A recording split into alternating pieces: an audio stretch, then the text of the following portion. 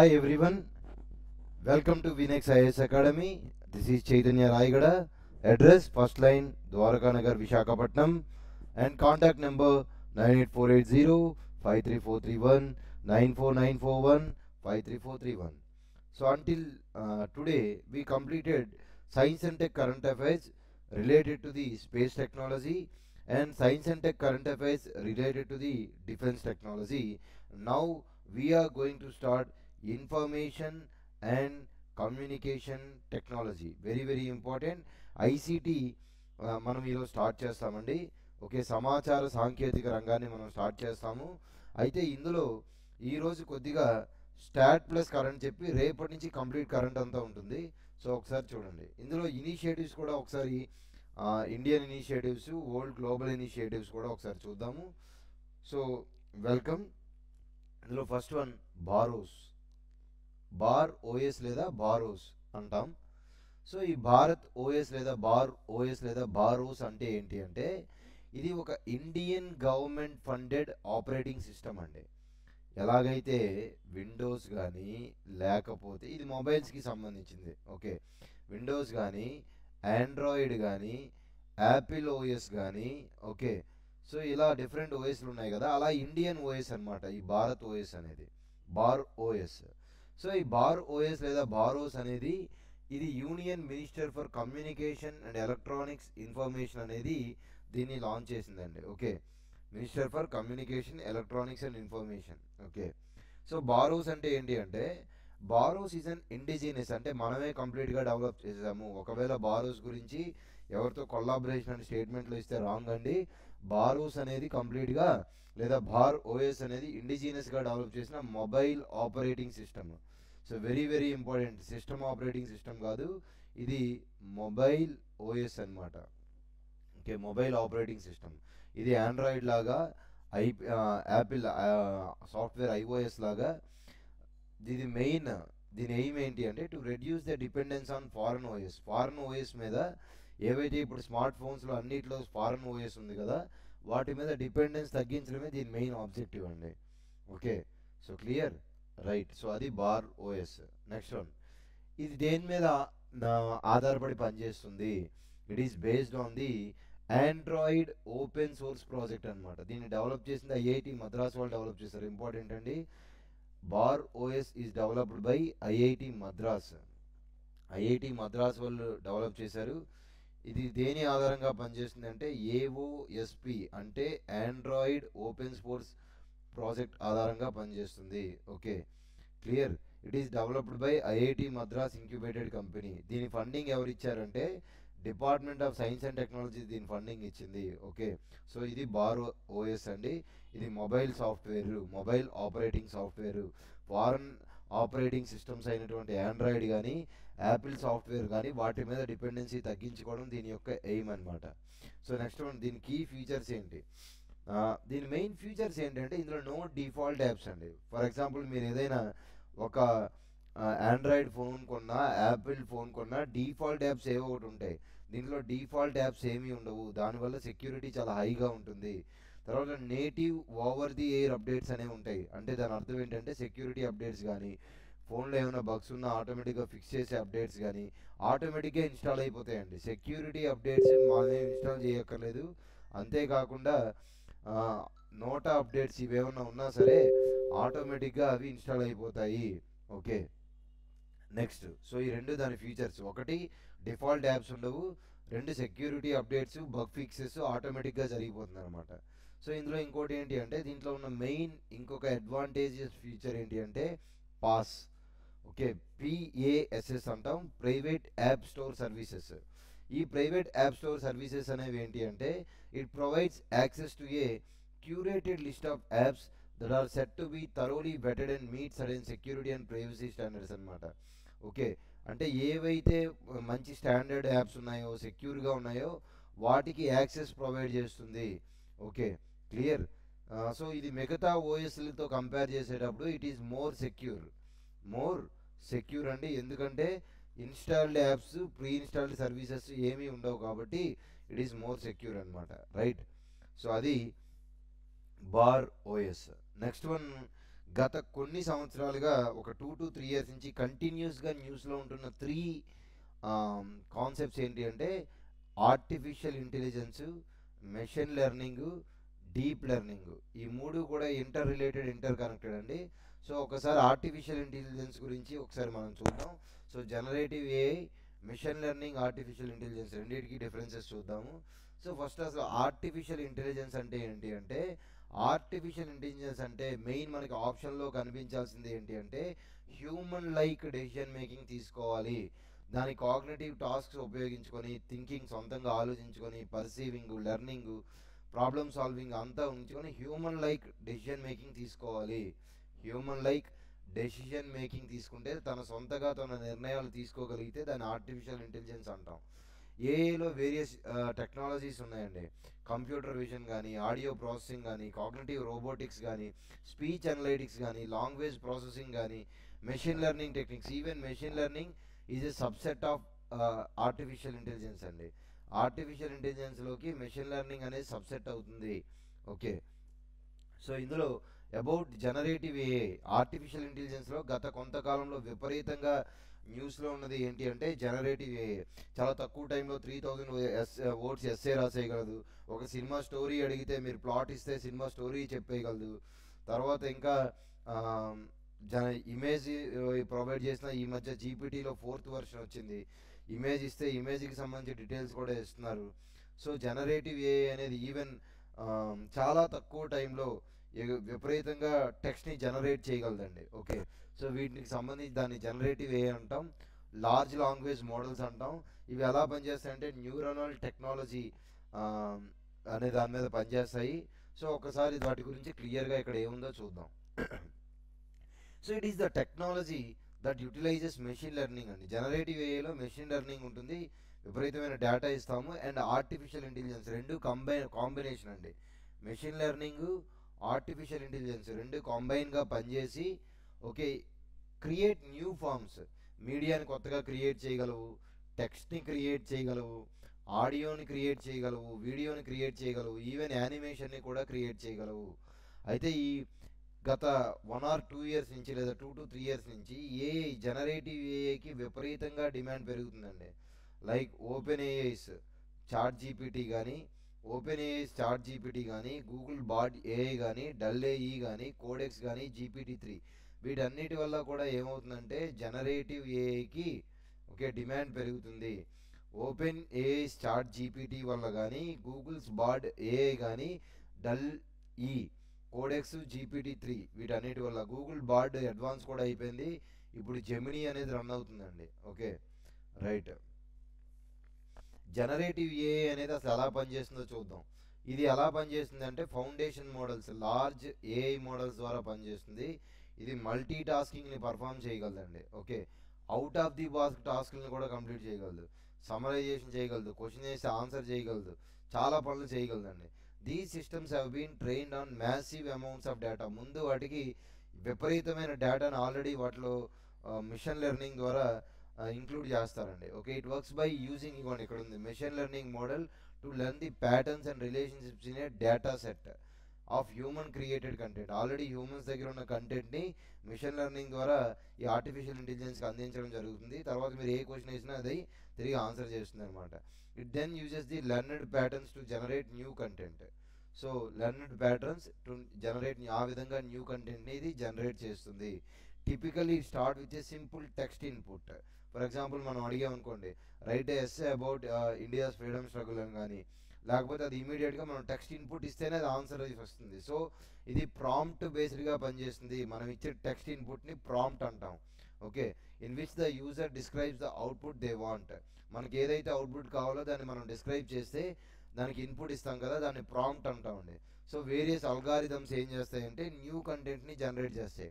చూడండి, same question మీరు రిపీటెడ్గా అడిగినా ఫస్ట్ ఒక టైప్ ఆన్సర్ ఇస్తుంది, సెకండ్ టైం ఇంకో ఆన్సర్ ఇస్తుంది. ఎందుకంటే different various sets of algorithms అనేవి జనరేట్ అవుతాయి కాబట్టి. ఓకే, సో అంతేకాకుండా ఈ జనరేటివ్ ఏఐలో machine learning, advanced machine learning capabilities ఉంటాయి. ఎస్పెషల్లీ లార్జ్ లాంగ్వేజ్ మోడల్స్ ఉంటాయి, న్యూరల్ ట్రాన్స్లేషన్ ఉంటుంది, ఇన్ఫర్మేషన్ అండర్స్టాండింగ్ ఉంటుంది, అండ్ రీఇన్ఫోర్స్మెంట్ లెర్నింగ్ ఉంటుంది అనమాట. Generative AI generates new and creative content with simple textual instructions known as prompts. నేను already చెప్పాను generative AI ఎలా పనిచేస్తుంది. Generative AI works on the textual instructions which are known as prompts. వాటినే మనం prompts అంటామండి. Okay, తర్వాత large language model. Large language model is an AI model అండి. Large language model అనేది ఏంటి అంటే ఆర్టిఫిషియల్ ఇంటెలిజెన్స్ మోడల్. ఇక్కడ చెప్పాం కదా ఎలా జనరేటివ్ ఏఐ పనిచేస్తుంది అంటే లార్జ్ లాంగ్వేజ్ మోడల్ ద్వారా పనిచేస్తుంది, లేదా న్యూరల్ ట్రాన్స్లేషన్ ద్వారా పనిచేస్తుంది, న్యూరల్ నెట్వర్క్ ద్వారా పనిచేస్తుంది. Large language model is an AI model trained using deep learning techniques అండి. Okay, so large language model అనేది ఒక మెషిన్ లెర్నింగ్ అయితే ఇది ఒక డీప్ లెర్నింగ్ టెక్నిక్ ఆధారంగా పనిచేస్తుంది. ఇది అర్థం చేసుకుంటుంది, ఇన్స్ట్రక్షన్స్ని కొత్తగా క్రియేట్ చేస్తుంది, ట్రాన్స్లేట్ చేస్తుంది, సమ్మరైజ్ చేస్తుంది. Okay, so they are foundation models that utilise deep learning in natural language processing. ఈ లార్జ్ లాంగ్వేజ్ మోడల్స్ ఏంటి అంటే ఇవి ఫౌండేషన్ మోడల్స్ అండి. దేనికి సంబంధించి? డీప్ లెర్నింగ్కి సంబంధించి న్యాచురల్ లాంగ్వేజ్ ప్రాసెసింగ్ కానీ న్యాచురల్ లాంగ్వేజ్ జనరేషన్ టాస్క్. అంటే ఫర్ ఎగ్జాంపుల్ మీరు ప్రాంప్ట్స్ ఇస్తున్నారు, ఆ ప్రాంప్ట్ని అర్థం చేసుకోవాలి, దాన్ని ఇంటర్ప్రిట్ చేయాలి, హ్యూమన్ లాంగ్వేజ్ని అర్థం చేసుకోవాలి. ఇదంతా కూడా న్యాచురల్ లాంగ్వేజ్ ప్రాసెసింగ్కి ఇస్తుంది. మీరు ఇన్పుట్ ఇచ్చారు, తర్వాత దాన్ని కంప్యూటర్స్ ఏం చేయాలి, హ్యూమన్ టెక్స్ట్ని కానీ స్పీచ్ని కానీ జనరేట్ చేయాలి. సో లార్జ్ లాంగ్వేజ్ మోడల్స్లో రెండు రకాల టాస్క్స్ ఉంటాయి. ఒకటి న్యాచురల్ లాంగ్వేజ్ ప్రాసెసింగ్, ఇంకొకటి natural language generation. Natural language processing అనేది ఇన్పుట్కి సంబంధించింది, న్యాచురల్ లాంగ్వేజ్ జనరేషన్ అనేది అవుట్పుట్కి సంబంధించింది. తర్వాత different uses of generative AI. AI generative AI వల్ల యూజెస్ ఏంటి? ఫర్ ఎగ్జాంపుల్ డాల్ ఈ అని ఒకటి వచ్చింది, DALL.E. దాని ప్రకారం ఏంటి అంటే generate personalised social media post. So social media పోస్టులు మంచిగా పోస్ట్ చేయాలి అంటే మనకు తెలియట్లేదు, సో సరైన వ్లాగ్స్ క్రియేట్ చేయాలి. సో అవన్నీ కూడా ఏఐ చేస్తుందండి. సో హ్యూమన్స్కి పర్సనలైజ్ సోషల్ మీడియా మీరు ఇన్పుట్ ఇచ్చారు, నాకు ఇలా కావాలి. ఫర్ ఎగ్జాంపుల్ మీరు ట్రావెల్ బ్లాగ్ చేయాలి, ట్రావెల్ బ్లాగ్స్ చేయాలి, లేదా ఫర్ సపోజ్ ఒక సిటీలో ఉన్న ఫుడ్ బ్లాగ్స్ చేయాలి. సో వాటికి సంబంధించి ఏఐ అనేది మీకు హెల్ప్ చేస్తుంది అనమాట. తర్వాత provide answers to complex queries and augment search algorithms. So మీరు ఎలాంటి క్వరీ ఇచ్చినా వాటికి ఆన్సర్ చేయగలుగుతుంది ఈ జనరేటివ్ ఏఐ అనేది. ఇక్కడతో డాలీ అనేది ఓన్లీ పర్సనలైజ్ సోషల్ మీడియా పోస్టులకు సంబంధించిందండి. ఆ తర్వాత జనరేటివ్ ఏఐ అడ్వాంటేజెస్ చెప్తున్నాను. సో కాంప్లెక్స్ క్వరీస్కి ఆన్సర్స్ ఇస్తుంది. తర్వాత create and simulate complex engineering, design and ఆర్కిటెక్చర్లో వీటిని వాడచ్చు. మెయిన్ ఆర్కిటెక్చర్లో చాలా యూజ్ ఉందండి జనరేటివ్ ఏఐ వల్ల. మెషిన్ డిజైన్లో కానీ, ఈవెన్ హౌస్ ఫ్లోర్ ప్లాన్స్ గీయడంలో కానీ, హెల్త్ ప్రొఫెషనల్ మెడికల్ డయాగ్నోసిస్లో కానీ, ట్రీట్మెంట్స్లో కానీ, పేషెంట్ సిమ్టమ్స్లో కానీ, పేషెంట్కి మెడికల్ హిస్టరీ రికార్డ్ మెయింటైన్ చేయడంలో కానీ, ఇలాంటి వాటి అన్నింటిలో కూడా జనరేటివ్ ఏఐ డిఫరెంట్ ఫీల్డ్స్లో డిఫరెంట్ అడ్వాంటేజెస్ ఉన్నాయి. స్టూడెంట్స్కి యూజ్ అవుతుంది, ఓకే, టీచర్స్కి యూజ్ అవుతుంది, క్రియేటర్స్కి యూజ్ అవుతుంది. ఇలా చాలామందికి రకరకాల యూజెస్ ఉన్నాయి దీనివల్ల. ఓకే, అయితే ఈ జనరేటివ్ ఏఐకి సంబంధించి ఇండియాలో లార్జ్ లాంగ్వేజ్ మోడల్స్ని క్రియేట్ చేసింది ఇండియన్ గవర్నమెంట్. అందులో ఒకటి భాషిని, రెండోది Indic transliterate, Indic natural language generation, okay, about India AI. So ఇందులో ఫస్ట్ లార్జ్ లాంగ్వేజ్ మోడల్స్లో ఇండియాలో మెయిన్ 3 ఇనిషియేటివ్స్ తీసుకురావడం జరిగింది. ఫస్ట్ వన్ భాషిని అండి. సో ఇప్పుడు దాకా నేను ఏం చెప్పాను మీకు? బారోస్ చెప్పాను, తర్వాత జనరేటివ్ ఏఐ చెప్పాను, జనరేటివ్ ఏఐలో లార్జ్ లాంగ్వేజ్ మోడల్స్ గురించి చెప్పాను. లార్జ్ లాంగ్వేజ్ మోడల్స్ అనేవి 2 ప్లాట్ఫామ్స్ మీద పనిచేస్తాయి. ఒకటి న్యాచురల్ లాంగ్వేజ్ ప్రాసెసింగ్, ఇంకోటి న్యాచురల్ లాంగ్వేజ్ జనరేషన్ అనమాట. అయితే ఇందులో లార్జ్ లాంగ్వేజ్ మోడల్స్లో ఇండియాలో మొత్తం 3 ఇనిషియేటివ్స్ రావడం జరిగింది. ఫస్ట్ వన్ భాషిని, గుర్తుపెట్టుకోండి, ఇది కాంపిటేటివ్ ఎగ్జామ్స్కి చాలా ఇంపార్టెంట్. భాషిని అనేది ఏంటంటే ఇది India's AI led language translation platform అండి. భాషిని అనేది ట్రాన్స్లేషన్ ప్లాట్ఫాము, అనువాదానికి సంబంధించినటువంటి ప్లాట్ఫాము. ఇందులో ఇండియాలో షెడ్యూల్డ్ 8లో ఉన్నటువంటి షెడ్యూల్డ్ ఇండియన్ లాంగ్వేజెస్కి సంబంధించి అనువాదం భాషినిలో ఇవ్వటం జరిగింది. Very very important. Okay, so ఆ తర్వాత నెక్స్ట్ వన్ ఏంటి అనేది మీరు అబ్జర్వ్ చేస్తే, ఓకే, నెక్స్ట్ వన్ ఏంటంటే ఇండిక్ ట్రాన్స్లిటరేట్ లేదా ఇండిక్ ఎక్స్లిట్ అంటాం. ఇండిక్ ఎక్స్లిట్ ఇండిక్ ఎక్స్లిట్ అంటే ఇది transformer based multilingual transliteration model for Roman to native script conversation and vice versa. Okay, Roman నుంచి నేటివ్ స్క్రిప్ట్ వరకు కన్వర్షన్, ఇది కూడా ఒక టైప్ ఆఫ్ ట్రాన్స్లేషన్ అండి. సో దీన్ని ఓన్లీ స్కెడ్యూల్ లాంగ్వేజ్కి అయితే భాషని, అలా కాకుండా మల్టీ లాంగ్వేజ్ ట్రాన్స్లిటరేషన్ మోడల్ అయితే ఇండిక్ ఎక్స్లిట్. తర్వాత ఇండిక్ న్యాచురల్ లాంగ్వేజ్ జనరేషన్ అని ఒకటి ఉందండి. ఓకే, దీన్ని ఇండిక్ బాట్ అంటాం. మొత్తం 3 వచ్చాయి, Bhashini, Indic ఎక్స్లిట్, Indic bot. Indic bot అంటే ఏంటి అంటే it is a multilingual model for Indian languages ideal for natural language generation. ఇప్పుడు మీరు చూడండి, ఫర్ ఎగ్జాంపుల్ మనం ఇంగ్లీష్లో చాట్ జీపీటీలో ఏమైనా కొడతాం, అది మనం కొట్టిన ప్రాంప్ట్ బట్టి అది లాంగ్వేజ్ జనరేషన్ చేసి మనకి ఇన్ఫర్మేషన్ ఇస్తుంది. ఫర్ ఎగ్జాంపుల్ మీరు తెలుగులో కొట్టారనుకోండి, అదేం చెప్తుంది, నాకు అర్థం కాలేదని చెప్పి చెప్తుంది. అలాగే ఇండిక్ బాట్ అనేది ఏం చేస్తుంది అంటే మీరు ఏ లాంగ్వేజ్లో క్రియేట్ చేసినా సరే ఒకవేళ మనం లాంగ్వేజ్ జనరేషన్ యాప్స్ని కనుక ముందే ఈ ఇండిక్ బాట్ ద్వారా క్రియేట్ చేస్తే ఏ లాంగ్వేజ్లో అయినా సరే మీరు జనరేటివ్ ఏఐకి ప్రాంప్ట్ ఇస్తే అది మీకు అవుట్పుట్ ఇస్తుంది. నేను ఆల్రెడీ చెప్పాను, లార్జ్ లాంగ్వేజ్ మోడల్స్ అంటే 2 సిస్టమ్స్ మీద పనిచేస్తుంది. Large language models, okay, large language models ఏంటి అంటే natural language generation, natural language processing అంటే ఇన్పుట్, జనరేషన్ అంటే అవుట్పుట్. డిఫరెంట్ లాంగ్వేజ్లో అవుట్పుట్, మన ఇండియన్ లాంగ్వేజ్లో అవుట్పుట్ కోసం ఇండిక్ బాట్ అనేది వచ్చింది. ఇండిక్ ఎక్స్లిట్ అనేది చాలా languages, multi languages translation system.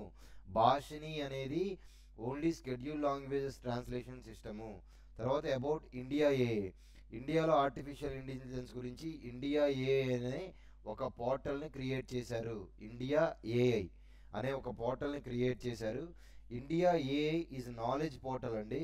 ఇది ఒక నాలెడ్జ్ పోర్టల్, రీసెర్చ్ ఆర్గనైజేషన్ కూడా, అండ్ ఎకోసిస్టమ్ బిల్డింగ్ ఇనిషియేటివ్ అంటే ఒక పర్యావరణ వ్యవస్థని, ఓకే, జ్ఞాన ఆధారిత పోర్టల్, రీసెర్చ్ ఆర్గనైజేషన్. అంతేకాకుండా ఇది ఒక పర్యావరణాన్ని, ఎకోసిస్టాన్ని బిల్డ్ చేస్తుంది. పర్యావరణం అంటే ఎకాలజీలో ఉన్న పర్యావరణం కాదండి, ఇది డిఫరెంట్. ఓకే, సో ఇది ఒక జాయింట్ వెంచర్. ఎవరెవరిది joint venture? Ministry of information and ministry of electronics and information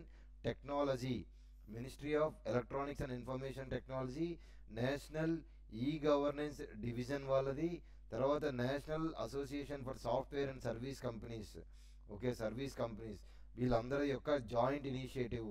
ఒకవేళ మీకు అడిగాడు అబౌట్ ఇండియా ఏఐ అనేది only science and technology department అంటే కాదండి, కన్ఫ్యూజ్ అవుతాం. Ministry of electronics and information technology, national e governance division, తర్వాత national association for software and services companies యొక్క common initiatives అనమాట. రీసెంట్గా న్యూస్లో ఉన్నది ఇంకోటి ఏంటి అంటే GPT-4 ఏంటి అంటే ఇది ఒక Microsoft corporation backed startup, open AI అండి. ఓకే, నార్మల్లీ మీకు మనందరికీ తెలిసిందే చాట్ జీపీటీ అనేది ఓపెన్ ఏఐ వాళ్ళ ప్లాట్ఫామ్. ఓకే, సో ఈ చాట్ జీపీటీలో ప్రజెంట్ 4th వెర్షన్ రన్ అవుతుంది. దీన్ని మైక్రోసాఫ్ట్ కార్పొరేషన్ బ్యాక్ చేసింది, సపోర్ట్ చేసిందంట. ఎందుకని అంటే GPT-4 అనేది మల్టీ మోడల్. ఇది ఈవెన్ ఇమేజెస్ని ఇస్తుంది, ఇమేజెస్ ప్రాంప్ట్ తీసుకుంటుంది, టెక్స్ట్ ప్రాంప్ట్ కూడా తీసుకుంటుంది. ఇంతకుముందు జీపీటీస్ అన్నీ కూడా, ఎర్లియర్ వర్షన్స్ అన్నీ కూడా ఓన్లీ టెక్స్ట్ ప్రాంప్ట్స్, టెక్స్ట్ ఇన్పుట్సే తీసుకునేవి. కానీ GPT-4 అనేది మల్టీ మోడల్, ఇది ఇమేజ్ అండ్ టెక్స్ట్ ప్రాంప్ట్స్ రెండూ కూడా తీసుకుంటుంది. క్లియర్ అండి? సో ఆ తర్వాత డీప్ ఫేక్స్ ఏంటి అంటే డీప్ ఫేక్స్ ఏంటి అంటే సో ఇక్కడతో నేను మీకు జనరేటివ్ ఏఐ గురించి చెప్పాను. జనరేటివ్ ఏఐ తర్వాత మీకు నెక్స్ట్ ఇంపార్టెంట్ ఏంటి అంటే డీప్ ఫేక్స్ అండి. డీప్ ఫేక్ అనేది ఏంటి అంటే రీసెంట్గా లాస్ట్ ఇయర్ రష్మిక గారిది పెద్ద న్యూస్ అయింది. ఓకే, సో అంటే మీ ఫేస్ కాకుండా ఈ డీప్ ఫేక్ టెక్నాలజీ ద్వారా ఎగ్జాక్ట్గా మీరే ఉన్నట్టు మనం క్రియేట్ చేయొచ్చు అనమాట. సో దాన్ని డీప్ ఫేక్ టెక్నాలజీ అంటాం. ఇది ఏమవుతుందంటే డిస్ఇన్ఫర్మేషన్ కోసం వచ్చిన కొత్త థ్రెట్గా తయారైంది. డీప్ ఫేక్ టెక్నాలజీ అనేది హైపర్ రియలిస్టిక్గా ఉంటుందండి, digital falsification technique. Deep fake అనగానే మనకు కనిపించాల్సింది ఏంటి అంటే hyper realistic digital falsification technique. Digital falsification technique, very very important అండి. సో ఆబ్జెక్టివ్ ఎగ్జామ్లో మీకు ఏం కనిపించాలి, డీప్ ఫేక్ అంటే hyper realistic digital falsification technique for manipulating videos, manipulate చేయొచ్చు, ఇమేజెస్ మ్యానిపులేట్ చేయొచ్చు, ఆడియోస్ని కూడా మ్యానిపులేట్ చేయొచ్చండి. క్లోనింగ్ వాయిస్ అంటాం దాన్ని. సో ఎలా చేస్తారు ఇదంతా అంటే పవర్ఫుల్ కంప్యూటర్స్ వాడడం వల్ల కానీ, డీప్ లెర్నింగ్ టెక్నిక్స్ వాడడం వల్ల కానీ, ఏఐ ద్వారా దీన్ని చేస్తారు. ఏఐ ద్వారా కానీ, డీప్ లెర్నింగ్ ద్వారా కానీ, మెషిన్ లెర్నింగ్ ద్వారా కానీ, పవర్ఫుల్ కంప్యూటర్స్ ద్వారా ఇమేజెస్ని కానీ వీడియోస్ని కానీ ఫేక్ చేస్తే దాన్ని డీప్ ఫేక్ అంటాము. వితౌట్ ఏఐ యూజ్ చేయకపోతే అది అనమండి. డీప్ ఫేక్ ఏం చేస్తుందంటే ఎగ్జిస్టింగ్ కంటెంట్ని ఆల్టర్ చేస్తుంది.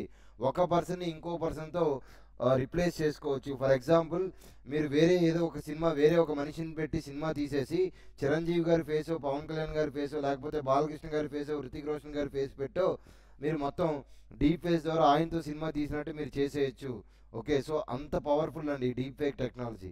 It can be used. So అందుకని దీని మీద యాక్ట్స్ కూడా రావాలని చెప్పి చెప్తున్నారు. దాని అకార్డింగ్లీ ఇండియా కూడా దానికోసం డీప్ ఫేక్ టెక్నాలజీ కోసం ఒక సెక్షన్ని ఎనాక్ట్ చేయడం జరిగింది, యూజ్ చేస్తుంది.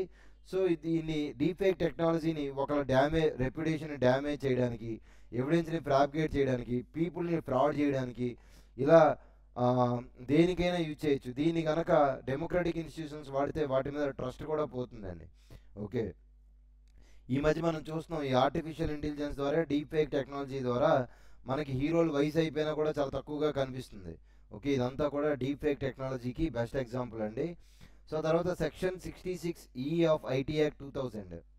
Okay, section 66E of IT act 2000 ఏంటి అంటే ఇది డీప్ ఫేక్ క్రైమ్స్ని అనాథరైజ్ చేసిందండి. ఓకే, లైక్ సమ్వన్స్ ఇమేజెస్ ఉండడం కానీ, ఇన్ఫ్రింజింగ్ ఆన్ ప్రైవసీ కానీ, with penalties of up to 3 years. So 3 సంవత్సరాలు ఎవరైనా డీప్ ఫేక్ టెక్నాలజీలో దొరికితే 3 సంవత్సరాల వరకు జైలు శిక్ష పడుతుంది. అలాగే 2 లక్షల రూపాయల వరకు కూడా 2 lakhs 2 లక్షల రూపాయల వరకు కూడా ఫైన్ కూడా వేయచ్చు. ఇంపార్టెంట్ అండి. సో దీని తర్వాత డీప్ ఫేక్ టెక్నాలజీలో ఆడియో, వీడియో చూసాము, వాయిస్లో కూడా ఉంది. వాయిస్లో డీప్ ఫేక్ టెక్నాలజీ ఏంటి అంటే వాయిస్ క్లోనింగ్. వాయిస్ క్లోనింగ్ని డీప్ ఫేక్ టెక్నాలజీ అంటాము. సో దీని కంటెక్స్ట్ ఏంటి అంటే రీసెంట్గా వాయిస్ క్లోన్ ఫ్రాడ్స్ అనేవి విపరీతంగా పెరిగాయండి. అంటే ఒరిజినల్ వాయిస్ని పోలే వీళ్ళు ఫర్ ఎగ్జాంపుల్ రిజంబుల్ అయినట్లే ఒక వాయిస్ క్లోన్ని చేస్తారు. సో దాన్ని వాయిస్ క్లోన్ ఫ్రాడ్ అంటాం. రీసెంట్గా వాటి రైజ్ ఉంది. ఇది ఎలా చేస్తున్నారంటే by using artificial intelligence. Okay, scams చేస్తున్నారండి. సో ఫర్ సపోజ్ మనం చూస్తాం శివాజీ సినిమాలో శివాజీ వాయిస్ని తీయడానికి చాలామంది వస్తారు. అదే ఒకవేళ ఆర్టిఫిషియల్ ఇంటెలిజెన్స్ ఉంటే ఆయన వాయిస్తో ఈజీగా చేసేయచ్చు. సో దాన్ని వాయిస్ క్లోనింగ్ అంటామండి. ఎంతోమంది మిమిక్రీలు చేస్తారు, ఎంతోమంది చేస్తారు కానీ సో చేయలేకపోతారు. సో వాయిస్ క్లోనింగ్ వల్ల ఏమవుతుందంటే డీప్ ఫేక్ టెక్నాలజీ అనేది డీప్ ఫేక్ టెక్నాలజీలో పార్ట్, ఇది కూడా వాయిస్ క్లీనింగ్ అనేది అనమాట. ఓకే, ఒక్క నిమిషం అండి. నెక్స్ట్ వన్, వాయిస్ క్లోనింగ్ అంటే ఏంటి అంటే voice cloning is the process of creating a synthetic voice using the audio recordings of A real person. Already ఆ రియల్ పర్సన్ ఆడియో రికార్డింగ్స్ ఏమన్నా ఈ డీప్ లెర్నింగ్ కానీ, మిషన్ లెర్నింగ్ కానీ, AI కానీ ఇస్తే అది ఆటోమేటిక్గా జనరేట్ చేసుకుంటుంది, ప్రాసెస్ చేస్తుంది, ఆ తర్వాత ప్రొడ్యూస్ చేస్తుంది. ఏఐ వాయిస్ క్లోనింగ్ ట్రైన్స్ ఏ మెషిన్ లెర్నింగ్ అండి. ఇది ఒక machine learning model. Actual recordings ఏంటంటే దానికి ఇస్తామన్నమాట. ఇచ్చిన తర్వాత వాటిని దాని రెప్లికాని అది క్రియేట్ చేస్తుంది. Closely resembles the original voice. So voice క్లోనింగ్లో ఏం చేస్తున్నారంటే స్కామర్స్ ఈ audio clip of an individual launch చేస్తున్నారు. రీసెంట్గా ఇప్పుడు మీకు మూవీస్లో కూడా వచ్చిందండి. రీసెంట్గా ఆయన ఏదో ఎవరు యాక్ట్ చేశారు కదా, ఆయన పేరేంటి, మాధవన్ యాక్ట్ చేసింది సైతాన్ అనే మూవీ ఒకటి రన్ అవుతుంది. అందులో లాస్ట్లో హీరో ఏం చేస్తాడంటే ఆ మాధవన్ వాయిస్ని రికార్డ్ చేస్తాడు. ఆ రికార్డ్ ద్వారా అందరినీ కాపాడుతాడండి. ఓకే, సో అది ఇంపార్టెంట్, గుర్తుపెట్టుకోవాలి. So upload their voice clip to an online program that is able to replicate the voice. So ఇది వాయిస్ క్లోనింగ్. ఈ వాయిస్ క్లోనింగ్ సర్వీసెస్ అనేవి యూజ్ కూడా ఉందండి. లైక్ మర్ఫ్కు వాడతారు, రిజంబుల్కి వాడతారు, స్పీచ్ఫై దీనికి కూడా వాడుతున్నారు అనమాట. సో ఈ డీప్ ఫేక్ టెక్నాలజీకి సంబంధించి ఇండియాలో ఏమేమి యాక్ట్స్ వచ్చాయి అంటే ఆల్రెడీ సెక్షన్ 66A మనకు తెలుసు. ఓకే, సెక్షన్ 66A మనకు తెలుసు. అది కాకుండా ఈ సెక్షన్ 66E, D అనేవి కూడా ఐటీ యాక్ట్లో డీప్ ఫేక్ టెక్నాలజీకి సంబంధించినవండి. ఓకే, ఒక్కసారండి. సో ఇవి డీప్ ఫేక్ టెక్నాలజీకి సంబంధించినవి. ఇందులో ఒకసారి మనం అబ్జర్వ్ చేస్తే wait for 1 minute. So IT act section 66E ఇది దేనికి అంటే డీప్ ఫేక్ క్రైమ్స్. ఇది దేనికి అప్లై అవుతుంది? డీప్ ఫేక్ క్రైమ్స్కి అప్లై అవుతుంది. ఓకే, అంటే క్యాప్చరింగ్ కానీ, పబ్లిషింగ్ కానీ, ట్రాన్స్మిటింగ్ ఇమేజెస్ కానీ. దీంట్లో పెనాలిటీస్ ఏంటంటే 3 years పెనాల్టీ, ఇది నేను ఆల్రెడీ చెప్పాను. 2 lakhs వరకు ఫైన్ ఉండొచ్చు. తర్వాత అలాగే సెక్షన్ 66D కూడా ఉందండి. ఓకే, కమ్యూనికేషన్ డివైజెస్ కానీ, కంప్యూటర్ రిసోర్సెస్ కానీ మెలీషియస్ ఇంటెంట్తో కానీ లేదా చీట్ చేయడానికి వాడితే అప్పుడు 3 years కానీ 1 lakh ఇంప్రిజన్మెంట్ కానీ ఉంటుంది. డైరెక్ట్గా డీప్ ఫేక్తో డీల్ చేసేది ఏంటి అంటే సెక్షన్ 66E అడిగడానికి అవకాశం ఉంది. చాలా చాలా ఇంపార్టెంట్. డీప్ ఫేక్తో డీల్ చేసే సెక్షన్ ఏంటి అంటే సెక్షన్ 66E అండి ఆఫ్ ఐటీ యాక్ట్. అలా కాకుండా కంప్యూటర్ డివైజెస్ కానీ, కమ్యూనికేషన్ డివైజెస్ కానీ, కంప్యూటర్ రిసోర్సెస్ కానీ మెలీషియస్ ఇంటెంట్కి, చీట్ చేయడానికి, ఇంపర్సనేట్ థింగ్స్కి వాడితే 3 సంవత్సరాల నుంచి 1 లక్ష వరకు ఫైన్ ఏదైనా పడుతుంది. ఇవి కాకుండా copyright protection act, deep fake టెక్నాలజీలో కాపీరైట్ ప్రొటెక్షన్ యాక్ట్ కూడా మీకు అప్లై అవుతుంది. సో కాపీరైట్ ప్రొటెక్షన్ ఏంటి అంటే క్రియేటివ్ వర్క్. సో మీ క్రియేటివ్ వర్క్ని ఎవడైనా ఆర్టిఫిషియల్ ఇంటెలిజెన్స్ ద్వారా చేస్తే అప్పుడు కూడా legal action against unauthorised use అనేది డీప్ ఫేక్స్ కిందకు వస్తుంది అనమాట. సో ఇందులో ఈ కాపీరైట్ ఇన్ఫ్రింజ్మెంట్కి సెక్షన్ 51 అనేది డీల్ చేస్తుంది. కాపీరైట్ యాక్ట్లో సెక్షన్ 51 అనేది కాపీరైట్ ఇన్ఫ్రింజ్మెంట్కి సంబంధించిన పెనాల్టీస్ని డీల్ చేస్తుంది. తర్వాత గవర్నమెంట్ అడ్వైజరీ ఏంటి అంటే the ministry of information and broadcasting ఏం చేసిందంటే ఒక అడ్వైజరీని అన్ని మీడియా ఆర్గనైజేషన్స్కి రిలీజ్ చేసింది January 9th, 2023. ఇది కరెంట్ అండి. ఓకే, సో ఏంటంటే మ్యానిపులేటెడ్ కంటెంట్కి సంబంధించి కానీ, లేబులింగ్ కానీ, సో వాటికి సంబంధించి చాలా జాగ్రత్తగా ఉండమని చెప్పి జాగ్రత్తలు చెప్పింది. సో ఇందులో మనం గుర్తుపెట్టుకోవాల్సిన వెరీ వెరీ ఇంపార్టెంట్ థింగ్స్ ఏంటి అంటే ఒకటి section 66A of IT act. Okay, section 66A of IT act ఒకటి. ఓకే, సో దీనివల్ల డీప్ ఫేక్ క్రైమ్స్ 3 years లేదా 2 lakhs పెనాల్టీ, లేదా malicious intent by using computer resources. Okay, so అది కాకుండా copyright ఏమైనా పోయిందనుకోండి అప్పుడు కూడా సెక్షన్ 51 ఆఫ్ కాపీరైట్ ద్వారా పెనాల్టీస్ వేయచ్చు డీప్ ఫేక్స్కి సంబంధించి. సో ఇది ఇండియాలో డీప్ ఫేక్స్ మీద లా రెగ్యులేషన్ అనమాట. ఆ తర్వాత సో ఇక్కడతో జనరేటివ్ ఏఐలోనే ఉన్నాం ఇంకా మనం. ఈ జనరేటివ్ ఏఐలో గూగుల్కి సంబంధించి బార్డ్, జెమినీ అనేవి 2 వచ్చాయండి. గూగుల్కి సంబంధించి బార్డ్ అండ్ జెమినీ అని వచ్చాయి. ఈ 2 కూడా లార్జ్ లాంగ్వేజ్ మోడల్స్ అండి. ఓకే, ఈ 2 కూడా లార్జ్ లాంగ్వేజ్ మోడల్స్. అయితే ఇక్కడ మీరు గుర్తుపెట్టుకోవాల్సింది ఏంటంటే బార్డ్కి జెమినీకి డిఫరెన్స్ ఏంటంటే 2 కూడా large language models created by Google, but వాటికి different strengths, different target areas ఉంటాయండి. ఫర్ ఎగ్జాంపుల్ బార్డ్ చూసుకుంటే బార్డ్ ఫోకస్ ఏరియా ఏంటంటే originally content creation, writing assistance, content creation మరియు రైటింగ్ అసిస్టెన్స్ వీటికి మాత్రమే ఉపయోగపడుతుంది. జెమినీ అనేది అడ్వాన్స్డ్ వర్షన్ ఆఫ్ బార్డ్ అండి. జెమినీ అనేది advanced version of Bard. Google Gemini ఏం చేసిందంటే main much larger and more diverse data set. Okay, అంతేకాకుండా డిజిటల్ అడ్వర్టైజింగ్, మార్కెటింగ్ టాస్క్ కూడా చేస్తుంది. Digital advertising and marketing tasks కూడా చేస్తుంది అనమాట. క్లియర్ అండి? ఓకే, దీన్ని బార్డ్ అంటాము. సో అయితే యాక్చువల్లీ ఇందులో మీరు గుర్తుపెట్టుకోవాల్సింది ఏంటి అంటే చాట్ జీపీటీ అనేది generative pre trained transformer technology, అందుకనే జీపీటీ అంటాం. జీపీటీ అంటే generative pre train transformer. GPT అంటే ఏంటంటే generative pre train transformer. Very very important. దీన్ని గ్రూప్ 2 ఎగ్జామ్లో అడిగే అవకాశం ఉంది. జీపీటీ అంటే generative pre trained transformer.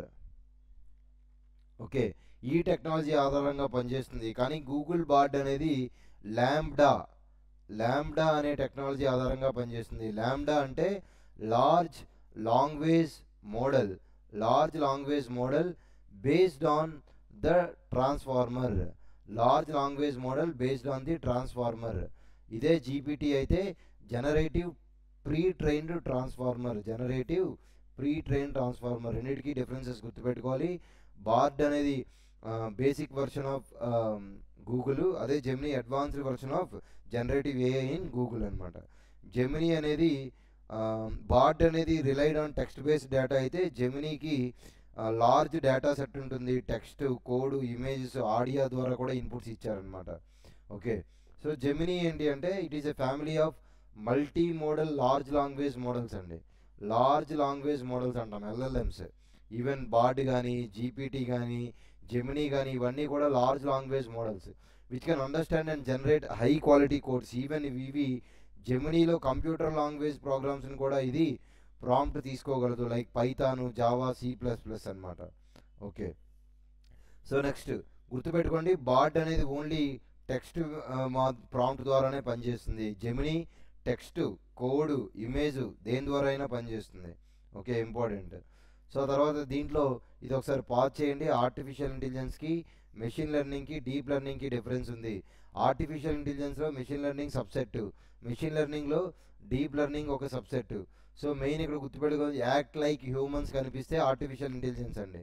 Okay, so build predictive models. Okay, data set మీద ప్రెడిక్టివ్ మోడల్స్ని బిల్డ్ చేసేది మెషిన్ లెర్నింగ్ అండి. Okay, so brain inspired algorithms ద్వారా ప్రాసెస్ చేస్తే స్ట్రక్చర్డ్ డేటాను కానీ అన్స్ట్రక్చర్డ్ డేటాను కానీ ప్రాసెస్ చేస్తే అది డీప్ లెర్నింగ్ అనమాట. ఓకే, గుర్తుపెట్టుకోవాలి, ఏఐ అనేది ఎంఎల్, డిఎల్ రెండు ఏఐలో పార్ట్ అండి.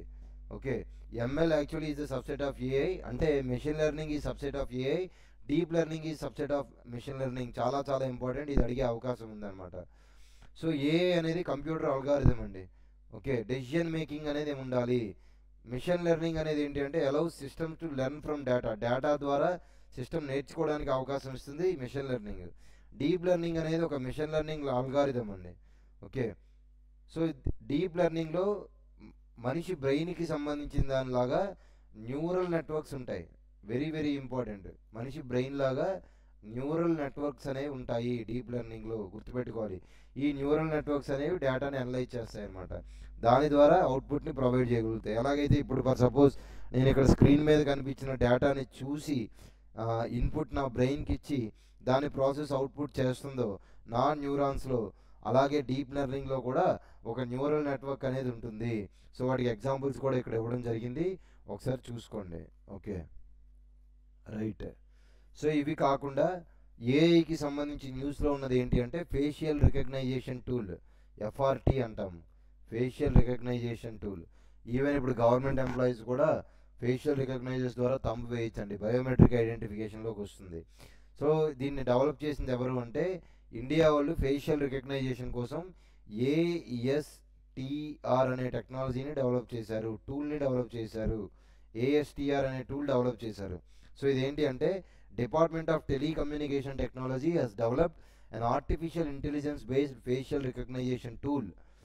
మన ఇండియా వాళ్ళు, మన డిపార్ట్మెంట్ ఆఫ్ టెలికమ్యూనికేషన్ వాళ్ళు ఏఎస్టిఆర్ అనే దాన్ని డెవలప్ చేయడం జరిగింది. ఏఎస్టిఆర్ అంటే దాని మీనింగ్ ఏంటి అంటే artificial intelligence and facial recognition, లేదా దీని అబ్రివేషన్ ఏంటి అంటే artificial intelligence facial recognition. Artificial intelligence facial recognition, ASTR అంటాం. ఇదిగోండి ఇక్కడ ఇచ్చారు చూడండి, stands for artificial intelligence facial recognition powered solution for telecom SIM subscriber verification. Okay, so ఇందులోనే ఇది ఒక సిమ్ సబ్స్క్రైబర్ వెరిఫికేషన్లా పనిచేస్తుంది. ఏఎస్టిఆర్ అంటే artificial intelligence for facial recognition powered solution for telecom SIM subscriber verification అంటామండి. ఇదేంటి అంటే సబ్స్క్రైబర్ డేటాబేస్ని చెక్ చేస్తుంది. సో మల్టిపుల్ కనెక్షన్స్ ఉంటాయి.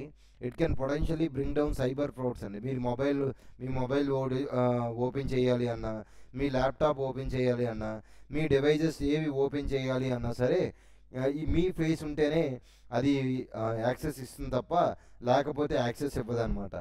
ఇది ఎలా పనిచేస్తుంది అంటే ఈ ASTR artificial facial recognition technology అనేది ఎలా పనిచేస్తుంది అంటే convolutional neural network, very very important అండి. వీటిని అడుగుతారు ఆబ్జెక్టివ్ ఎగ్జామ్స్లో. ఫేషియల్ రికగ్నైజేషన్ అనేది కాంటెంపరీ టెక్నాలజీ, ఎమర్జింగ్ టెక్నాలజీ కిందకు వస్తుంది. మనకి గ్రూప్ 2లో ఎమర్జింగ్ టెక్నాలజీ కూడా ఉంది. సో కన్వెన్షనల్ న్యూరల్ నెట్వర్క్ ఆధారంగా పనిచేస్తుంది, సిఎన్ఎన్. ఓకే, ఇవేం చేస్తాయంటే ఈ కన్వెన్షనల్ న్యూరల్ నెట్వర్క్ అనేవి హ్యూమన్ ఫేసెస్ని డీకోడ్ లేదా ఎన్కోడ్ చేస్తాయి. సో ఇదేంటంటే ఈ ఎన్కోడింగ్ ఎలా జరుగుతుందంటే ఫేస్ టిల్ట్, ముఖం ఎంత ఉంచాడు, ముఖం ఏ యాంగిల్లో ఉంది, ఇమేజ్ ఒపేక్నెస్, డార్క్నెస్, వీటన్నిటి బట్టి ఆధారంగా మీకు ఏఎస్టీఆర్ అనేది పనిచేస్తుంది. సో ఫేస్ కంపారిజన్ ప్రాసెస్లో యూనిక్ ఫేషియల్ డేటా అనేది క్యాప్చర్డ్ ఇమేజెస్ నుంచి అది ఎక్స్ట్రాక్ట్ చేస్తుంది. ఒక 4-5 ఇమేజెస్ కానీ సో అన్నిటిని చూసుకొని అన్నీ కంపేర్ చేసుకొని డేటాబేస్లోకి ఒక ఇమేజ్ని పంపుతుంది ఒక సాఫ్ట్వేర్ ద్వారా. అలా పంపినప్పుడు ఏఎస్డిఆర్ అనేది గుర్తుపెట్టుకోండి, రెండు ఫేస్లు కనుక 97.5% మ్యాచ్ అయితే 97.5% మ్యాచ్ అయితే ఆ రెండు ఐడెంటికల్ మ్యాచ్ కింద కన్సిడర్ చేస్తుంది. కేవలం 97.5% మ్యాచ్ అయినా చాలు ఏఎస్టిఆర్ టెక్నాలజీలో అది ఐడెంటికల్ ఫేసెస్ కింద కన్సిడర్ చేస్తుంది. ఒకవేళ ఫేసెస్ మ్యాచ్ అయిపోతే అప్పుడు ఏఎస్టిఆర్ అల్గారిథం అనేది ఫజీ లాజిక్ అనే దాన్ని వాడుతుంది. ఫజీ లాజిక్ అనేది చాలా చాలా ఇంపార్టెంట్ అండి. ఈ ఫజీ లాజిక్ ఏంటో నేను మీకు చెప్తాను నెక్స్ట్ స్లైడ్లో. అయితే ఒక మనిషిని ఐడెంటిఫై చేసి యాక్సెస్ ఇవ్వడానికి either to the computer devices లేదా బయోమెట్రిక్ డివైజెస్ లేదా మొబైల్ డివైజెస్లోకి డిఫరెంట్ టైప్స్ ఆఫ్ బయోమెట్రిక్స్ ఉన్నాయండి. బయోమెట్రిక్ ఐడెంటిఫికేషన్లో డిఫరెంట్ టైప్స్ ఉన్నాయి. ఓకే, ఫిజికల్ కానీ బిహేవియరల్ క్యారెక్టరిస్టిక్స్ కానీ బయోమెట్రిక్ ద్వారా ఐడెంటిఫై చేయొచ్చు. ఫర్ ఎగ్జాంపుల్ డిఎన్ఏ మ్యాచింగ్ ఒకటి, సెగ్మెంట్స్ ఆఫ్ డిఎన్ఏ ద్వారా. ఐ రికగ్నైజేషన్లో రెటీనా, ఐరిస్. ఫర్ ఎగ్జాంపుల్ మీకు తంబు పని చేయకపోతే చాలామందికి ఐరిస్ ద్వారా తీసుకుంటారండి. Okay, so hand geometry recognition, voice recognition, signature recognition, ఇలా డిఫరెంట్ బయోమెట్రిక్ రికగ్నైజేషన్స్ ఉన్నాయి. సో ఈ బయోమెట్రిక్ రికగ్నైజేషన్, ఫేషియల్ రికగ్నైజేషన్లో ఇండియా తీసుకొచ్చిన ఒక మొబైల్ ఇనిషియేటివ్ ఏంటి అంటే డిజీ యాత్ర. ఈ డిజీ యాత్ర ఏంటి అంటే డిజీ యాత్ర అనేదండి ఇది ఒక మొబైల్ అప్లికేషన్ అండి. ఎయిర్పోర్ట్స్లో డిఫరెంట్ సీమ్లెస్ ప్రాసెసింగ్ పాసింజర్స్కి చేస్తారు కాబట్టి దాని నుంచి కొద్దిగా రిలీఫ్ ఇవ్వడానికి ఏం చేశారంటే ఈ డిజీ యాత్ర అనేది తీసుకొచ్చారు. It is a mobile application based facility conceived to achieve seamless processing of passengers at airports. అంటే పాసింజర్ని ఎయిర్పోర్ట్స్లో సీమ్లెస్గా ప్రాసెస్ చేయడం, ఐడెంటిఫికేషన్ చేయకుండా ఈ యాప్ ద్వారా చేస్తారనమాట. ఫేషియల్ రికగ్నైజేషన్ టెక్నాలజీ అంటాం. సో ఇందాక నేను చెప్పాను కదా, రెండు ఫేసులు 97.5% కలిసిపోతే ఐడెంటికల్ అనమాట. ఒకవేళ ఇలాంటి సిచ్యువేషన్ యాడ్ అయితే ఇది ఎదురైతే అప్పుడు ఫజీ లాజిక్ అనేది వాడతారు. నార్మల్లీ ట్రెడిషనల్ బైనరీ లాజిక్ ఏంటంటే only recognises true or false values. అయితే 1 లేకపోతే 0 దీన్ని మాత్రమే ఐడెంటిఫై చేస్తుంది. అలా కాకుండా ఫజీ లాజిక్ ఏంటంటే ఒక నిజానికి, ఒక ట్రూత్కి, ఒక ఫాల్స్కి మధ్య ఎంత డిగ్రీ ఆఫ్ ట్రూత్ ఉంది అనేది ఐడెంటిఫై చేస్తుంది. సో ఈ లాజిక్ మీద ఫజీ లాజిక్ పనిచేస్తుంది. డిగ్రీ ఆఫ్ ట్రూత్ మీద ఒక ట్రూ ఎక్స్ట్రీమ్స్ అయితే నిజమై ఉండొచ్చు, అబద్ధమై ఉండొచ్చు, కానీ ఎంత నిజమయ్యే అవకాశం ఉంది అనే దాన్ని బట్టి ఫజీ లాగ్ పనిచేస్తుంది. సో దానివల్ల ఇది ప్రాక్టికల్లీ యూస్ఫుల్ అవుతుందండి. ఎక్కడైతే ఇన్ఫర్మేషన్ ఆఫ్ డేటా అనేది వ్యాగ్గా ఉందో, సరిగ్గా లేదో, సో అలాంటి విషయాల్లో ఈ ఫజీ లాజిక్ అనేది మనం వాడచ్చు. సో ఇది ఈరోజు మీకు చెప్పబోయే లాస్ట్ టాపిక్ అండి. Cyber crimes and cyber security. Cyber crime cyber సెక్యూరిటీకి సంబంధించి ఇండియాలో ఎన్సీఆర్బీ రిలీజ్ చేసింది రిపోర్టు. 2021 కన్నా 2022లో సైబర్ క్రైమ్స్ ఎక్కువగా ఉన్నాయంట. సైబర్ క్రైమ్ అనేది ఏంటంటే ఎనీ అన్లాఫుల్ యాక్ట్, చట్టరహితమైన చర్య లేదా చట్టాన్ని ఉల్లంఘించిన ఎటువంటి చర్య అయినా, ఎక్కడైనా ఒక కంప్యూటర్ కానీ, ఒక కమ్యూనికేషన్ డివైస్ కానీ, మొబైల్ కానీ, కంప్యూటర్ నెట్వర్క్ కానీ ఒక క్రైమ్ని కమిట్ చేయడానికి వాడితే దాన్ని సైబర్ క్రైమ్ అంటాం. మీరు హ్యాక్ చేశారు, ఎవరినైనా ఐడెంటిటీని థెఫ్ట్ చేశారు, సైబర్ స్టాకింగ్ చేస్తున్నారు, బుల్లింగ్ చేస్తున్నారు, ఇవన్నీ కూడా సైబర్ క్రైమ్స్ కిందకు వస్తాయి. సైబర్ క్రైమ్ అనేది స్టేట్ సబ్జెక్ట్, గుర్తుపెట్టుకోవాలి. పాలిటీలో సైబర్ క్రైమ్ అనేది స్టేట్ సబ్జెక్ట్ కిందకు వస్తుందండి. సైబర్ సెక్యూరిటీ, సైబర్ క్రైమ్ అంటే ఏంటో చెప్పాం, వాటి నుంచి సెక్యూరిటీ ఎలా ఇస్తావో అని అడుగుతారు. సో సైబర్ సెక్యూరిటీ అనేది ఏంటి అంటే it refers to the safe guarding computer systems. మీరు వాడుతున్న కంప్యూటర్ సిస్టమ్స్ని సేఫ్ గార్డ్గా వాడగలగాలి అటాకర్స్ నుంచి. నెట్వర్క్ సేఫ్గా ఉండాలి. మనం వాడుతున్న మొబైల్ డివైజెస్, అదర్ డివైజెస్ అన్నీ సేఫ్గా ఉండాలి. డిజిటల్ డేటా అనేది అనాథరైజ్, మీ మొబైల్లో ఉన్న డేటా కానీ, లేకపోతే మీ ల్యాప్టాప్లో ఉన్న డేటా కానీ, ఇతర ఏ డివైజెస్లో ఉన్న డేటా కానీ అంత ఈజీగా ఎవరికి అనాథరైజ్డ్ యాక్సెస్ అనేది ఇవ్వకూడదు. తర్వాత దాన్ని బ్రీచ్ చేయకూడదు, మీ సెక్యూరిటీస్ని అంత ఈజీగా బ్రీచ్ చేయకూడదు. సో సైబర్ అటాక్స్ గురి కాకూడదు. ఇలాంటివన్నిటి కోసం ఏదైతే స్ట్రాటజీస్ వాడతామో, టెక్నాలజీస్ వాడతామో, సో దాన్ని అంటే కాన్ఫిడెన్షియాలిటీ మెయింటైన్ చేయడానికి, ఇంటిగ్రిటీకి, అవైలబిలిటీ కోసం ఈ అంతటినీ కలిపి సైబర్ సెక్యూరిటీ అంటాము. సో సో ఈ సైబర్ సెక్యూరిటీకి సంబంధించి మెయిన్ ఎన్ని రకాల సెక్యూరిటీలు ఉన్నాయి, మీరు వాడుతున్న నెట్వర్క్ సెక్యూరిటీ ఉంటుంది, ఎండ్ పాయింట్ సెక్యూరిటీ ఉంటుంది, అప్లికేషన్ సెక్యూరిటీ ఉంటుంది, క్లౌడ్ సెక్యూరిటీ ఉంటుంది, డేటా సెక్యూరిటీ ఉంటుంది. నెట్వర్క్ సెక్యూరిటీ అంటే ఫర్ ఎగ్జాంపుల్ మీరు ఏదైనా ఇంటర్నెట్ వాడుతున్నారు, okay, securing network involves. So మీ సిస్టంలో ఫైర్ వాల్ ఉండాలి, ఇంట్రూజన్ ఏదైనా బయట నుంచి ఏమైనా లోపలికి నెట్వర్క్ ద్వారా వస్తుంటే దాన్ని డిటెక్ట్ చేయగలగాలి, ప్రివెంటివ్ సిస్టమ్ ఉండాలి, లేదా విపిఎన్ సెక్యూరిటీ ఉండాలి. ఆటోమేటిక్ అనాథరైజ్డ్ యాక్సెస్ కానీ మీ సిస్టంలోకి నెట్ ద్వారా ఎవడైనా వస్తే అనాథరైజ్డ్ యాక్సెస్ ద్వారా కానీ అటాక్ ద్వారా కానీ చేయాల్సి వస్తే సో దాన్ని బ్లాక్ చేసే దాన్ని నెట్వర్క్ సెక్యూరిటీ అంటాము. తర్వాత ఎండ్ పాయింట్ సెక్యూరిటీ అంటే ఏంటి అంటే protecting individual devices. For example నేను ఇప్పుడు కంప్యూటర్ వాడుతున్నాను, స్మార్ట్ ఫోన్ వాడుతున్నాను, సో ఏదైనా యాంటీవైరస్ ద్వారా దాన్ని ప్రొటెక్ట్ చేయగలగాలి. ఓకే, సో నెట్వర్క్ ద్వారా వస్తే అది network security. End point security అంటే సిస్టమ్ని వాడేటప్పుడు సో జరిగితే అది ఎండ్ పాయింట్ సెక్యూరిటీ అనమాట. సో అది కాకుండా అప్లికేషన్ సెక్యూరిటీ. అప్లికేషన్ సెక్యూరిటీ అంటే ఏంటి అంటే సాఫ్ట్వేర్ సెక్యూరిటీ అండి. Application security is a software security. మీరు వాడే యాప్స్ వల్ల కానీ వాటి వల్ల కానీ దేనివల్ల కానీ వస్తే అది అప్లికేషన్ సెక్యూరిటీ అంటాం.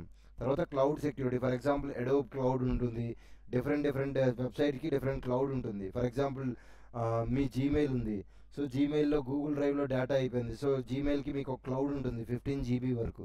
సో మీ డేటా అంతా మీ లోకల్ డివైస్లో కాకుండా అక్కడ స్టోరేజ్ అవుతుంది. సో సరైన ఎన్క్రిప్షన్ లేకపోయినా, యాక్సెస్ కంట్రోల్ సరిగ్గా లేకపోయినా మీ డేటాని ఎవడైనా రిట్రీవ్ చేసుకోవచ్చు. తర్వాత డేటా సెక్యూరిటీ. డేటా సెక్యూరిటీ అనేది ఏంటి అంటే ఫర్ ఎగ్జాంపుల్ చూడండి, వాట్సాప్లో డేటా ఈజ్ ఎన్క్రిప్టెడ్ అవుతుంది, సో మన డేటా ఎన్క్రిప్ట్ చేయాలి. ఎన్క్రిప్ట్ చేస్తే ఎవడు యాక్సెస్ అవ్వకూడదు, ఓకే, మన డేటా లాస్ అవ్వకుండా చూసుకోగలరు. ఇలాంటి టూల్స్ అన్నిటినీ కలిపి మనం డేటా సెక్యూరిటీ కింద చెప్తాం. సో సైబర్ క్రైమ్ చెప్పాము, సైబర్ సెక్యూరిటీ చెప్పాము. సైబర్ సెక్యూరిటీలో డేటా సెక్యూరిటీ ఉండాలి, క్లౌడ్ సెక్యూరిటీ ఉండాలి, అప్లికేషన్ సెక్యూరిటీ ఉండాలి, నెట్వర్క్ సెక్యూరిటీ ఉండాలి, ఎండ్ పాయింట్ సెక్యూరిటీ కూడా ఉండాలి. ఆ తర్వాత global initiatives for the cyber security. Cyber సెక్యూరిటీకి సంబంధించి గ్లోబల్గా ఏం ఇనిషియేటివ్స్ తీసుకొచ్చారంటే Budapest convention on cyber crime. Budapest convention on cyber crime అనేది 2001లో వచ్చింది.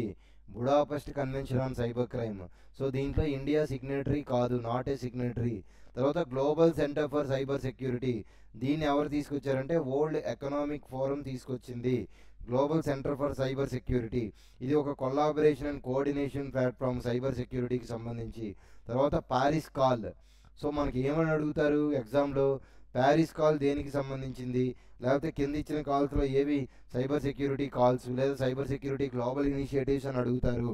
సో బుడాపెస్ట్ కన్వెన్షన్ కానీ, global centre for cyber security కానీ, తర్వాత ప్యారిస్ కాల్ కానీ ఇవన్నీ కూడా మీకు సైబర్ సెక్యూరిటీకి సంబంధించిన గ్లోబల్ ఇనిషియేటివ్స్. సో ఇది యునెస్కో ఇంటర్నెట్ గవర్నెన్స్ ఫోరం మీటింగ్లో, యునెస్కో ఇంటర్నెట్ గవర్నెన్స్ ఫోరం మీటింగ్లో Paris call for trust and security in cyber space, trust గురించి సెక్యూరిటీ సైబర్ స్పేస్లో సెక్యూరిటీ గురించి ప్యారిస్ కాల్ అనేది ఇవ్వడం జరిగింది. దీంట్లో కామన్ ప్రిన్సిపల్స్ ఉంటాయి దేశాలకి. తర్వాత ఇండియా ఏం చేసిందిరా బాబు సైబర్ సెక్యూరిటీ గురించి లేదా సైబర్ క్రైమ్ని ఎదుర్కోవడానికి అంటే first NCIIPC critical information structure కోసం okay national critical information infrastructure production centre, national critical information infrastructure production centre అనే దాన్ని లాంచ్ చేసింది అనమాట. సో ఇదేంటి అంటే ఇది ఒక నోడల్ ఏజెన్సీ అండి. ఓకే, క్రిటికల్ ఇన్ఫర్మేషన్ ఇన్ఫ్రాస్ట్రక్చర్ కోసం ఇది ఒక నోడల్ ఏజెన్సీగా పనిచేస్తుంది. National critical information infrastructure production centre అంటాము. తర్వాత I4C అంటే ఇండియన్ 4 Cలు, అంటే ఒక C సైబర్, ఇంకో C క్రైమ్, ఇంకో C కోఆర్డినేషన్, ఇంకో C centre. So cyber crime coordination centre, cyber crime coordination centre అంటే దీన్ని 2020లోనే ఎస్టాబ్లిష్ చేశారు. ఇది వేరియస్ టైప్స్ ఆఫ్ సైబర్ క్రైమ్స్ని కాంప్రహెన్సివ్ అండ్ కోఆర్డినేటర్ మేనర్ ద్వారా చూస్తుంది. తర్వాత national cyber crime reporting portal, ఇది ఒక online reporting of cyber crimes అండి. తర్వాత నేషనల్ సైబర్ సెక్యూరిటీ స్ట్రాటజీ 2020 వచ్చింది, ఇది మీరు స్టాటిక్ పార్ట్లో చదవాలి. నేషనల్ సైబర్ సెక్యూరిటీ స్ట్రాటజీ 2020 ఏంటి అంటే సైబర్ అవేర్నెస్, సైబర్ సెక్యూరిటీని మోర్ స్ట్రింజెంట్ ఆడిట్స్ ద్వారా, ఆడిటింగ్ ద్వారా సైబర్ సెక్యూరిటీని ఇంకా స్ట్రింజెంట్ చేయాలి, స్ట్రాంగ్ చేయాలి అనేది నేషనల్ సైబర్ సెక్యూరిటీ స్ట్రాటజీ 2020 యొక్క ఎయిమ్. తర్వాత computer emergency response team, okay, so CERT అంటాం. ఇది 24/7 అసలు మన ఇండియన్ సైబర్ సెక్యూరిటీ ఎలా ఉంది, ఏమన్నా ఉన్నా వాడికి డిఫెన్స్ అనేది చూస్తుంది అనమాట. So that's it for today అండి. టోటల్ ఈరోజు మనం ఎన్ని టాపిక్స్ చెప్పాము అనేది ఒకసారి మనం చూసుకుంటే, ఓకే, సో జనరేటివ్ ఏ ఒకటి చెప్పాము, డీప్ ఫేక్స్ చెప్పాము, జీపీటీ చెప్పాము, ఇవన్నీ చెప్పడం జరిగింది. సో ఒకసారి ఇవన్నీ కూడా చాలా చాలా ఇంపార్టెంట్ అండి. That's it for today. Okay, so ఒక్కసారి మీరు ఏం చేస్తారంటే, if you like these videos please share them. Okay, please subscribe to Vinex IAS academy. Please subscribe to Vinex IAS academy అండి. ఓకే, మీకు ఇవన్నీ నచ్చినట్లయితే ఈ ఛానల్స్ కానీ వీడియోస్ కానీ దయచేసి వినెక్స్ ఐఏఎస్ అకాడమీకి లైక్ కొట్టండి, షేర్ చేయండి, సబ్స్క్రైబ్ చేయండి. Thank you very much.